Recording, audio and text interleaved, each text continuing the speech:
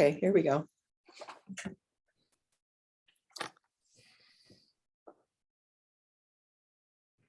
And it's recording. Oh, great. All right.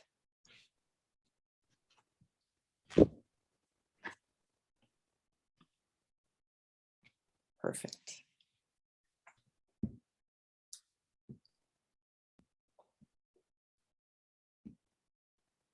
So we have people joining us. Great. Welcome, everyone. Good to see you. Thank you for coming this evening. My name is Pam Vandekamp. I'm the Director of Assessment and Accountability. And the work of MAP growth comes under my department. So I want to welcome you all. I see our attendees are continuing to join. So we'll just give it a few minutes for people to log on, and then we'll start our presentation for tonight.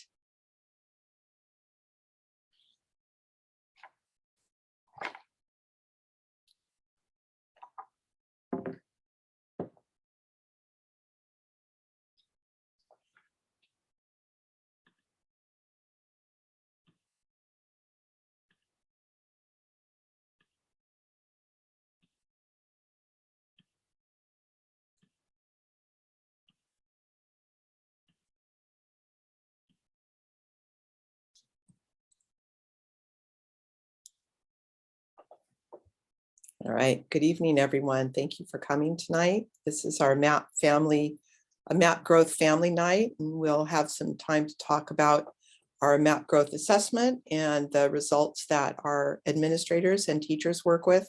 And also we'll talk about the MAP family report that you are able to view in Q. So we'll have some time to talk about all those things. And then at the end, we'll have some time for any questions that you might have as well. And we'll work to provide some answers and some resources for you.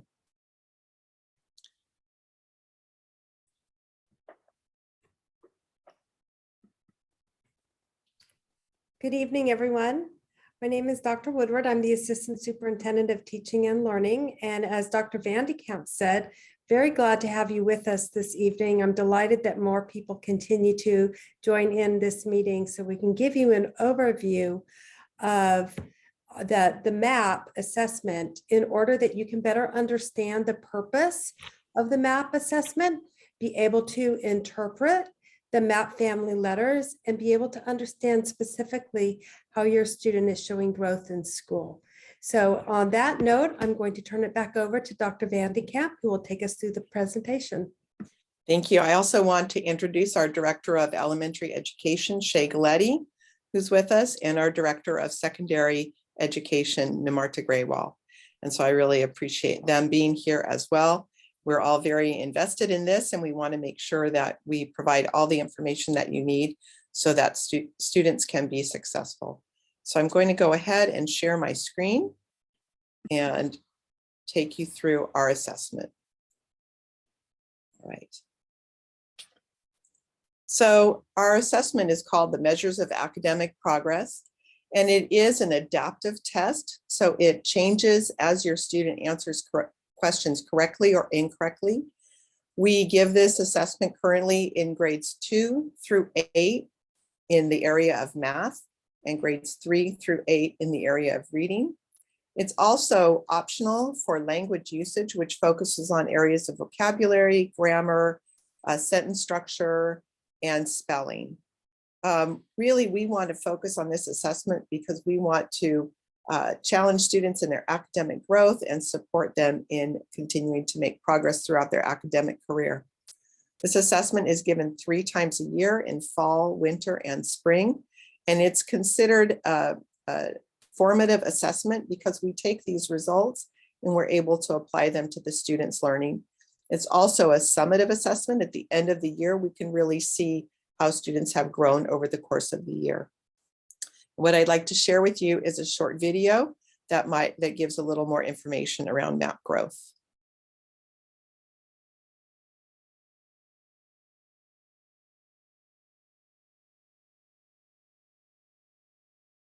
MAP growth measures what your child knows and is ready to learn. This assessment was created by NWEA a not-for-profit organization. NWEA was founded in 1977 by educators and researchers with a mission of partnering to help all kids learn. More than 9 million students in the US and in 140 countries worldwide use Map Growth. Most schools give Map Growth tests in the fall, winter, and spring. The test is adaptive, which means that it adjusts to each student's responses. If a student gets a question right, it gets harder. If a student gets a question wrong, it gets easier. The test is not concerned with which grade a student is in. It will go as high or low as it needs to. This helps you see if your child is testing above, below, or right at their grade level in all types of subjects, including math, reading, language usage, and science. Students receive an individual RIT score at the end of the test. Map Growth measures student performance with our RIT scale, the most stable and mature scale in the industry. This scale measures and tracks performance across grade levels, so you'll be able to see your child's growth from year to year and over multiple years. Another great thing about the RIT score is that you can connect it to online resources. For example, you can get book suggestions based on a student's reading level and use free sites like Khan Academy, which provide practice exercises based on your child's learning needs. NWEA also has a College Explorer tool that lets you enter your child's RIT score to see which colleges they can likely get into. Teachers also get a student report after the test. This report explains what the student knows and helps the teacher and the student set goals for learning.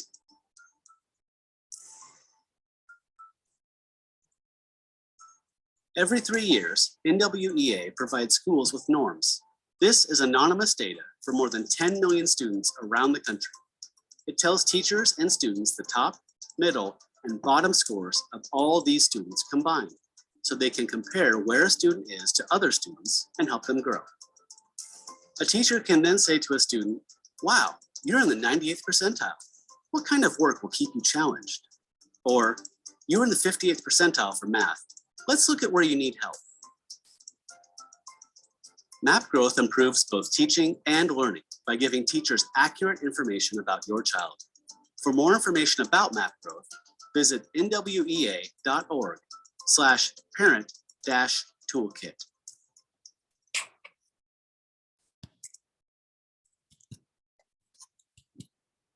All right. So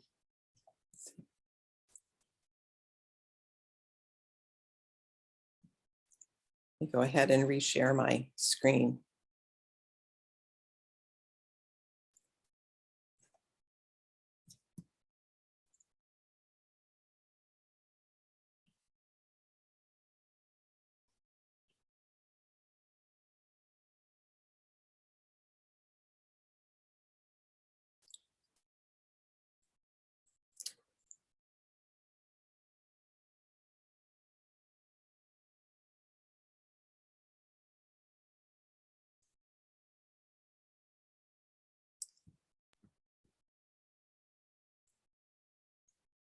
Sorry, just give me a minute. And I'll be able to share this. Here we go. All right, so that was really helpful, and it also shared a little bit about what MAP is and how the assessment is given. And as they said, it's intuitive. So when students take it for the first time, it tries to determine where their level is, and that's through their RIT score. As students answer questions correctly, you can see that the questions get more challenging. As they answer questions incorrectly, they become easier. And so you can see that the gaps in between these levels, these questions, become smaller and smaller. And then by the end of the assessment, we have that area where they are ready for instruction today. They're ready to learn. And so that's really that adaptive quality that brings that personalized element of MAP to the assessment. As the video talked about, the RIT score is like a growth chart. So when my children were growing up, we measured their progress, their growth on the door jamb. And so that's similar to MAP, is that it moves up as students progress through their academic career. And it's really an equal interval scale. So moving up through the scale, it's the same number of learning for each element of the scale. Typically, they start around 140 in first or second grade, and then they can go up to 300 by high school. I also wanted to talk a little bit about test duration and it's not a timed test. Students have as much time as they need to complete it. It should take about an hour, and the average test duration in our district is about an hour. We want students to show what they know so that teachers can plan instruction based on that information. We don't want them to spend a lot of time on questions that they don't know, that they have to try to figure out, because we want to help their teachers know what they're ready for next in their learning. In order to generate a RIT score, students must complete all the questions, and they should expect to answer about 50% of the questions correctly. Because of that adaptive quality, it's going to move them up and down. So one of the things that we ask teachers to do is encourage students, monitor their progress through the test, and then encourage them to make their best prediction if they don't know, so that they can move forward and complete the test and that we have the most accurate information. One of the features that MAP provides is a rapid guessing tool. So sometimes, rather than taking a long time for each test or each question, students may go quickly and just click through all of the options. What the test is designed to do is to stop that and pause it when this is happening. The teacher can go over and address that with students, encourage them to slow down, read the questions, and then give their best prediction, and then go ahead and answer that and move on through the test. Teachers are able to monitor student progress through the test on their testing screen, so they can see which question each student is at throughout the progress, and also to see when students have completed the test. So once students have completed the test, within 24 hours, teachers have those results. And that's one of the really wonderful features of the MAP growth assessment, is that teachers can take that assessment information, and then the next day they can apply it to student learning. And it's a great way to measure that student's achievement and progress or growth at school. And we learn what standards, skills, and concepts they're ready to learn, and what they already know and what we could reinforce. It really provides that opportunity for personalized learning for each student, and it helps teachers to plan instruction based on their essential standards that they're working on in their classroom. So one of the things we want students to do is to work with their teacher and their parent to set their MAP growth goals. And we talk a lot about goals as we're talking with our administrators and our teachers and our students. And it's very similar to an athlete. If you or your student has ever run track or been in a swim meet or anything like that, you know that they set a certain time that they want to meet, and they try to beat that time. And this is really similar to that growth goal. They want to set a reasonable goal for themselves together with their parents and their teacher, and they can make that projection based on for their upcoming test. The MAP family report that we've provided for you gives you the number of RIT points, as we talked about on that scale, that they would want to increase in the next administration. So with our fall results, we're looking at what would a winter growth goal be. So for example, if a student scores 217 on their assessment in the fall, and their projected growth is 5 points, their RIT score in winter should be around 222. So that's what we're looking for. And we really are looking at the percentage of students who have met their growth goals and those who have not, and how can we support them in meeting those goals. One of the features that NWEA through the MAP growth provides is interactive reports for teachers and administrators. So these are all web-based reports, and they can look at their class, and they can look at their student level testing results. And it also links to a student profile report, which gives much more detailed information for the teachers to learn more about what students are ready to learn in the areas of math and reading. And so these are linked together so teachers can go from their class level report to their student profile report. And that student profile report gives a breakdown according to the standards, skills, and concepts for each of the performance areas. In addition, teachers and administrators have access to a report that's called the Achievement Status and Growth Summary. So it's a quadrant with 4 areas that shows how students are progressing in their achievement and in their growth. And so we can look at students who have possibly low achievement, but have made a lot of progress, high growth, or students who have high achievement, but have not made a lot of growth. And so that gives us an opportunity to group students and also to look at individual students and develop those personalized learning strategies for them. So here is the map. Here's a snapshot from the MAP Growth Family Report. And these are now available from the Fall MAP Growth Administration in Q. If you go in through your parent portal in Q, you can see this information under the Documents tab. And so it will show the MAP Family Report. You can go and click into that, and it will give you the PDF of the report. So here's just a snapshot from that report. And you can see that for this student, in terms of achievement, they were at the 74th percentile, meaning that they had a high level of achievement, and they were in the 82nd percentile, meaning that they had a high level of growth. So this student's overall RIT score was 207 on that range between 100 and 350.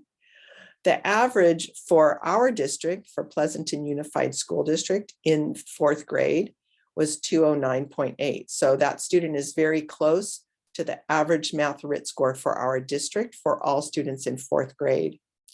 Across the nation, the average national RIT score is 199.55. So you can see that in Pleasanton, our students typically are achieving higher than that national norm. And this is a norm reference test. So these achievement scores are really about comparisons with students across the country who are taking the same assessment.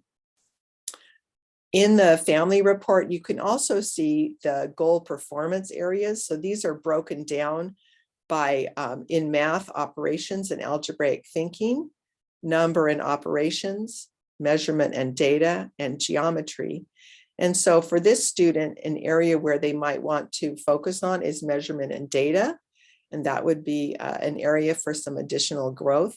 We also see that the area of strength for this student is operations and algebraic thinking. So those are areas of strength and areas of growth for this particular student. We also show in this MAP Family Growth Report, the MAP Family Report, the trends that students have had over time. So we show 3 trends in each of these reports. So you can see the last 3 administrations. So you can see how this student did last year, in the fall, in the winter, and the spring, and you see that they are making consistent growth over time. Typically for students who have been in our district for a number of years, we should have several years of data for many students. This is the 2nd year that we have had a full implementation of MAP growth for our students in 2nd through 8th grade.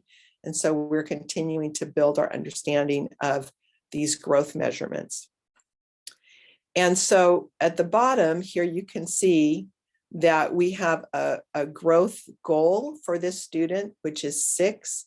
And that would be the information, that would be what they would need to maintain their progress and to make a year's growth. So that's really what we're looking at, is that projected growth goal would be 6. And if a student would meet that goal, we would look at, again, that growth percentile. So this student is making good growth across their academic career based on this MAP report. So this is the one for math. And then if we move on, here is our report section, the snapshot for reading. You can see here that this student scored a high average achievement in the 63rd percentile, but low average growth. So they did not make a lot of growth, and we can see that in the report as well. And so in terms of achievement, their overall RIT score was 201. And our average in our district is 208. So they were below the average for reading for our district in PUSD. And then the average national RIT score based on students across the country who took this assessment was 196.67. And so the students scored above that national RIT. Again, there are the performance areas for literature, informational text, and language acquisition and use. And teachers are able to look into each of these areas and determine the standards that they are already focusing on in their instruction, and what are the skills and concepts that students need to work on in each of those areas. So going back to that idea around personalized learning, they're also able to look at other students who might need the same skills and concepts, and then and address that in small groups or in enrichment activities for those students. And so for this student, their scores are very similar. So it does not look like there's a particular area of strength or growth, but they would want to look at the areas that the teacher is working on at this point in time, and then develop those small groups or personalized learning strategies based on that information. But what we do see is that this student was making growth up and down, right? So moving from the fall, taking a dip in the winter, moving up in the spring, and then over the summer, that slight dip to 202. So that just gives us some information about how the student is making progress and what kinds of supports we can provide for them moving forward. And so based on that personalized growth goal, you can see here that their growth goal for reading for the winter would be 7 points. And so that's something that this student would continue to work on together with their teacher and their parents. So working together with your student and then with your teacher, you want to think about how to set those personalized growth goals. So if the growth goal that the report recommends is 7, that's something to talk with your student about. Is that what they want their goal to be? How do they develop their goal? In order to advance academically, they can go beyond that 6 or 7, but also being realistic. So for the student that might move up and down, what would be realistic for them and for their capabilities? So thinking about how many points are reasonable, this growth projection is really, it's personalized for your student, and it's really based on those NWA norms across the country. And it's a suggestion, it's a place to start thinking about going above or below it, depending on other considerations. So for example, if your student is hovering just below that green percentile band, so say they're at below 60%, and you want to encourage the student to reach the next band, think about that achievement percentile in the low 60s. So that would be a way for that student to make reasonable progress. So thinking about that growth percentile, as that's available in our report, and you want to be able to show, it shows the level of growth for your student in order to reach the achievement percentile. And then the higher the RIT goal, the growth numbers, that means a greater challenge. As they move through those RIT goals, the learning becomes more complex. And so we want to take that into consideration as your goal setting. And the growth percentile ranks the student's growth among the levels of growth observed across all matching peers. So it is a norm referenced test. So thinking about the prior RIT score, so it's based on the students with the same prior RIT score at the same grade and with the same number of weeks of instruction between testing. So those are all things that are taken into consideration when we look at that growth percentile. So really in general, this is about supporting your child's academic growth. And this assessment is one of the ways that we can do that. So if you think about that big picture around supporting your child's academic growth, these are some things to take into consideration. Finding that comfortable, quiet place for studying, or reading, however they are furthering their academic progress. Making sure that your child is well rested on school days, that they get a good night's sleep, that they take some time to relax and have some quiet time before they go to sleep at night, that they have a well-rounded diet, they get enough to eat, that they have access to books and magazines at home. The more a child reads, the more vocabulary they learn, and having conversations with them about what they're reading is always recommended. It's a great way to have those conversations with your child to learn more about those connections that they are making to that information and how they're processing and how they're thinking about it. It's a great opportunity for conversation and oral language development, which is another way to support your child in reading. Also, if you're concerned about your child's progress, reach out to your child's teacher and have those conversations. Parent-teacher conferences for elementary are coming up. And so that's a great opportunity to talk a little bit more about your MAP, as growth assessment as well. And then again, for the younger children, to read with your child daily. And I would almost say reading with your child, no matter their age, is always a great thing. Whether you read the same material and have a conversation or you read to your child, those are always great opportunities to engage with them and to build their vocabulary and to learn more about what they are experiencing at school. So now we have some time for questions and answers. We've had about 30 minutes of the presentation, and I know you might have some questions. I see there are a few in the chat. So these are great questions. So I'm just going to go ahead and answer.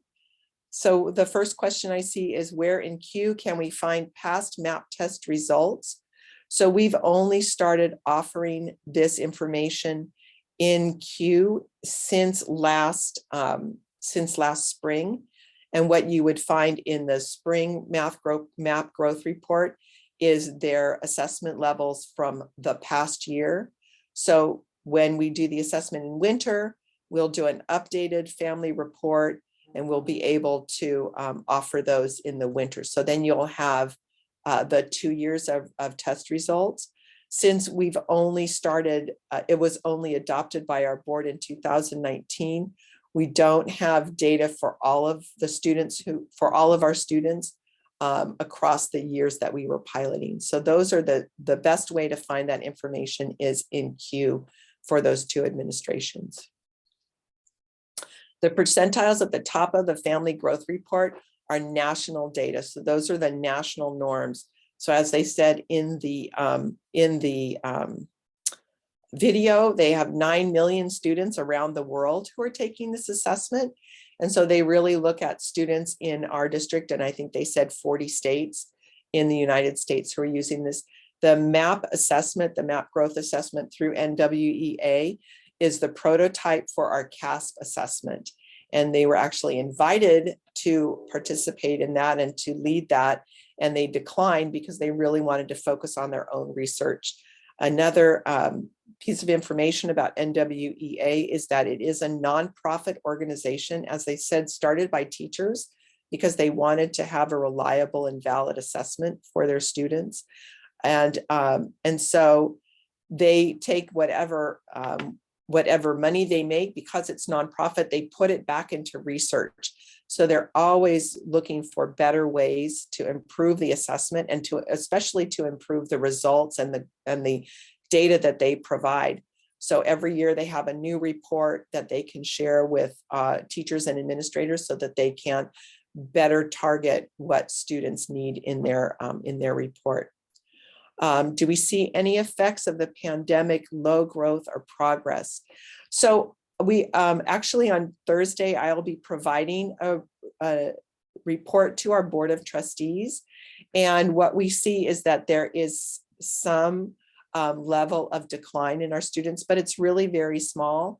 NWA did a white paper about the effects of the pandemic, and what they found was that the effects of the pandemic were more pronounced for our students who are low income, emerging bilinguals, and our foster and homeless youth. So students who would be more impacted by the pandemic in a way, we would see that coming through in the results. So for in our district where that is, it's definitely an impact.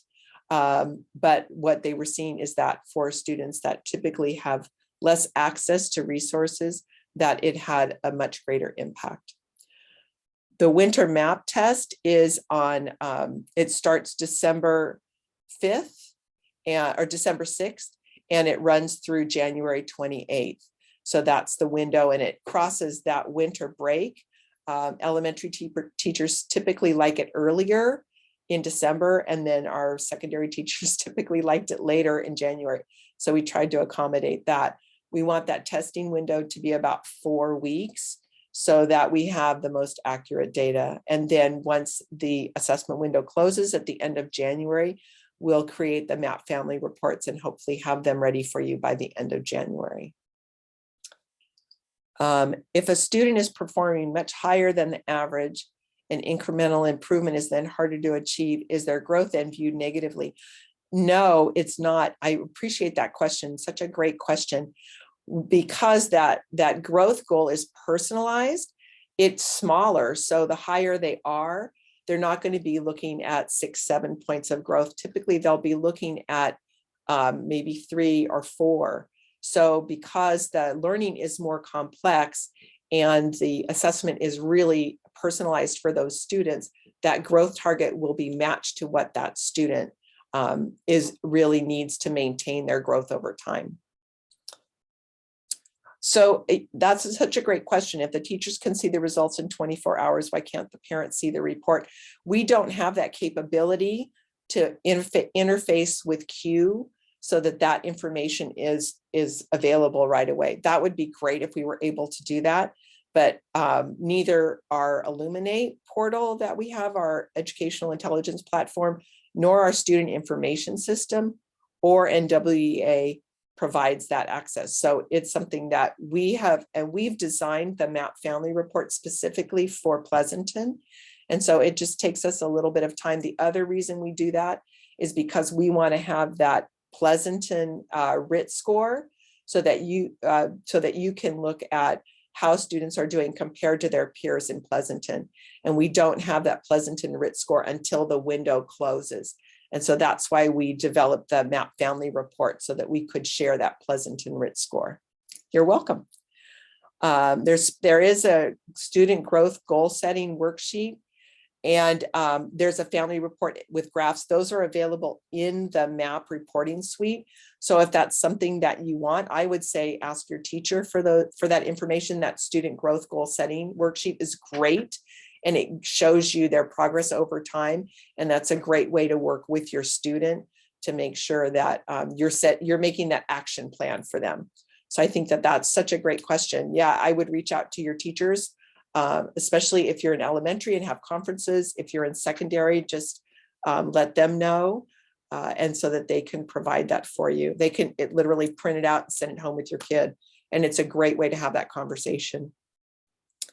So if there are specific areas such as geometry or language acquisition that my child needs to improve on, how can I find out and get access to specific resources that can help them in those specific areas?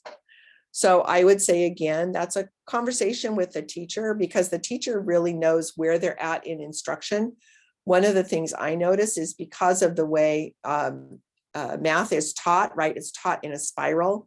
And so they work on different performance areas throughout the year. So they may start with operations and algebraic context, and then something like geometry or measurement is something that might happen at a different point in the year. So that would be a conversation with your teacher around where they're at and what would be particular resources that they would recommend. So I think that would be a great place to start. All right, those are all the questions. Thank you so much, Dr. Van. Pam, actually, there's you a have couple 2 more. questions in the chat. I see those too. Okay. Sorry, I just found those. No worries. So from 5th grade to 6th grade, elementary to middle school, my child's math MAP test RIT score dropped for almost 30 points. Must there be a problem, or is there a detailed report, which area? So what we're looking at is what are their growth over time. So if you're looking at that for that one test event, I think it's really looking at, let's look at what would the next test event be. So I'd be really interested in seeing like what's their progress throughout that time. It's also, we just have to remember it's one test for one time. And so it's something to have that conversation again with your teacher about. What do they think? Is it, what are other assessments that they have that they're providing, and does this match what they see? So 30 points is a lot. I've also seen students who go up by 30 points. So that's not the norm, but it is something that can definitely happen. And so I think it's a conversation with your teacher. Is that something that they're noticing, that there's a lack of learning that's going on, or is it something that that they're working on and that they're aware of and that they're addressing in the classroom? Does the system take into consideration some children are on the very young side for their grade? It doesn't curve its norm reference, so it's really focusing on other students at their grade level across the country, but it is about that. It's not grade specific, right? The assessment itself is not thinking about second grade and what do they need for second grade. It moves them up or down through those questions to find out what is it that they're ready to learn. And then when teachers are looking at the information, they can look at it based on the standards for their grade level, but they can also look at it based on standards below and above their grade level. So there's a lot of information in there, and we keep working with teachers to and with administrators, especially around how to interpret that information. But there is a way to look at grade levels above and below, so that they can really look at what is it that personalized learning that student needs. If you go on the portal, you go into the parent portal for Q, and then you're going to look at under documents. There's a documents tab. When you open the documents tab, you should be able to see the MAP growth report. So that should be in there. And so there's some other resources that are available through our district that are digital resources. One of them is, let's see, one of them is StudySync. So what happens is that MAP growth data, it integrates with our StudySync at the secondary level, at the middle school level, with our learning A to Z resources. So what it can do is develop some individualized or personalized learning paths for students in those resources. We also have a FEV tutor in our district, and that's another digital resource that we have available that the MAP results align with. So we have some of those as well. So again, I would say reach out to your teacher to see what of those they are using. The Learning A to Z is something that's available for all of our elementary teachers as well. Dr. Van de Kamp, you have 2 more questions in the Q&A section. Sure. Perfect, thank you. Is the range for the RIT score representing the score? Yes, regardless of grade level. It's not about the grade level. It's again about that personalized learning path. And so what are they ready for? What kind of instruction are they ready for at this point in time? And so that's one of the things, the more I talk with teachers and with administrators, the more we are all learning together around how to use that information. But the beauty of it is that no matter where students fall along that RIT scale, we can look and see at what is it that they're ready to learn about today. And if it's above grade level or below grade level, we know that it's going to be that personalized learning for that student. So in terms of grade levels, you can see that in terms of in terms of the percentile. So if we see students who have that high achievement, we know that they're performing above grade level. There's also information in the norm study. So if you're interested, you can go and look at the NWA norms study. So they have some charts in there as well that show what the typical norm would be for students in that grade level. And then also what would the typical growth be for students at that grade level based on the norms, right? Those national norms. So that information is available in the norm study, and it might be on our website. I'm going to check and see, and we'll make sure and put it on our assessment website as well. We had another question in the chat about do we use this test for the 6th grade math placement? Yes, this is a test that we're using for our 6th grade math placement. And so several years ago, our previous director of secondary education worked together with the assessment department and our integration specialist for math, as well as a committee of teachers, both secondary and elementary, students and parents. And we looked at multiple measures for the end of the year 5th grade math placement. When based on the recommendation of the committee, we determined that we would look at CASP and at the claims that are in CASP, which are much like the performance goals. And then we would also look at the MAP growth assessment at the winter administration. So then, of course, then the pandemic hit. So that, and we didn't have CASP for 2 years. So we are currently considering and working together with the secondary teachers and administrators to see how can we remedy this, knowing that we have a gap in that information. And so we're going to be looking at how do we move forward to make sure that we continue to have multiple measures. That's why we wanted to move away from the previous test, because it was just one measure. So we're going to continue to work on that to provide multiple measures. Great question. Thank you. If the child scores above grade level, will the school provide additional resources for achieving the performance goals? It's always about a collaboration. It's always a partnership. So working together. And again, I would say that that conversation with your child's teacher and administrator is a great place to start. Thinking about how to deepen the learning for students. It's not just about moving them up above their grade level, but it's really about how do they use that information to apply to their daily learning. So things like if they are really, this is just an example, really great at measurement, and we can get them into some kinds of different classes that are engineering or developing using those measurements and so forth. I think with literature too, if they are scoring high, how are some ways that we can have them apply that through book clubs, through project-based learning. So there's a lot of things that are happening in our school that are really looking at how to deepen that learning for students based on their level of achievement at this point. So I think it's really about a partnership and finding out more about asking what the teacher's doing around deepening that knowledge rather than just moving ahead through grade levels. Thank you. And for is info on the cutoff publicly available?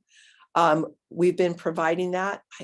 I think we have that available. Let me make sure on the cutoff RIT scores. I know we've presented it in multiple contexts to parents, and I'm just not sure if that's on if there's a certain link that I can send you for that, but I can make sure and provide that information.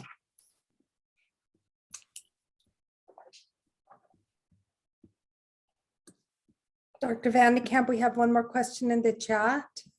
All right. If the student is 90 percentile, is 90 percentage in PUSD? I'm sorry. In other words, if the student I is see. scored at the 90th percentile, is that reflecting a 90th percentile for PUSD students or nationally? So that's based on the national norms. So that means that they are performing better than 90% of the students who have taken this test across the country. So it is a national norm. Thank you.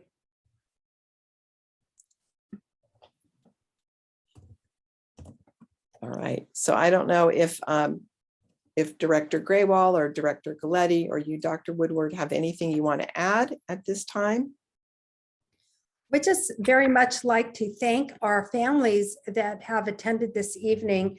We are dedicated to using this assessment as a tool to ensure that every single student makes their growth, because we know that that is important. Dr. Van de Kamp, thank you for answering those questions. Parents, you can tell that Dr. Van de Kamp really understands this very well.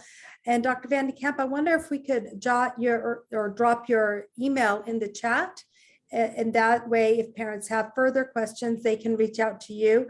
However, I definitely concur with Dr. Van de Kamp that the first step is to always reach out to your child's teacher. They have the most knowledge and understanding of your child's learning and their progress. And so we would want you to form a collaborative team with them as well. If you need additional information, you can reach out to your site administrator and they can provide you with support. If you ever have trouble getting into queue or anything like that, then you can reach out to the teacher or to your site administrator or to our assessment and accountability division or any of us, and we can assist you with that. Our goal is to be able to equip and empower parents to learn as much as possible about what is going on in their child's classroom and to be our partners in helping every single student achieve.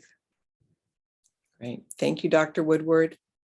And Dr. Van de Kamp, since this is recording, it's my understanding that it will be placed in our bulletin to the board, which is a public-facing document that is actually updated typically on a Monday and added to our website.